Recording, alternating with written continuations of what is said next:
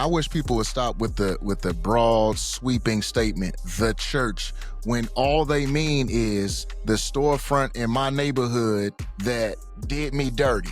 Like you use this broad statement as if that represents the church that has existed for 2,000 years, bro, from all corners and spaces of the world. When you just say the church and you say, and you agree that the church is not where you need to go, please start making a nuance and a distinction and say, well, what I'm referring to is the church that was down the street, around the corner from my grandmother's house that did me wrong. Say that. Don't say the church. Don't say religion, because when you do that, you're really condemning Jesus's body, and Jesus is the head of his church. And I think people think they're doing God some kind of solid by loving Jesus, but not loving his bride, and just taking that from that reality to a earthly reality.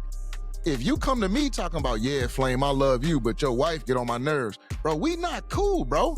We not kicking it. We not, no. You know what I'm saying? So yeah, you can't just be dissing the church and think you cool with Jesus. That's not how this goes.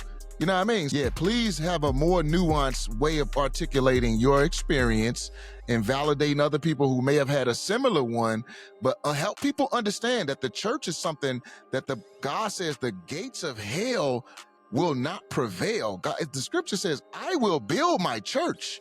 So God has established his church. It's a beautiful organism where Jesus is the head, and it's made up of people from every nation, every tongue, every tribe. And when Jesus returns, we're going to live together with him in the new heavens, in a new earth.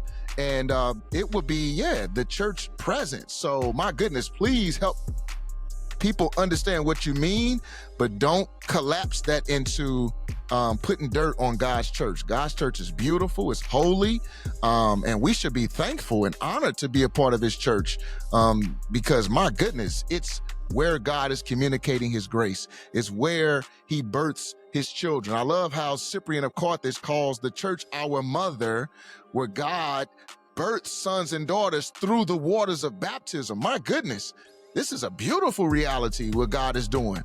So yeah, be very clear that the church is good. The church is ancient, and it stretches even until, now and all the way until the Lord returns. So yeah, be very clear. Don't just make these sweeping statements downplaying the church.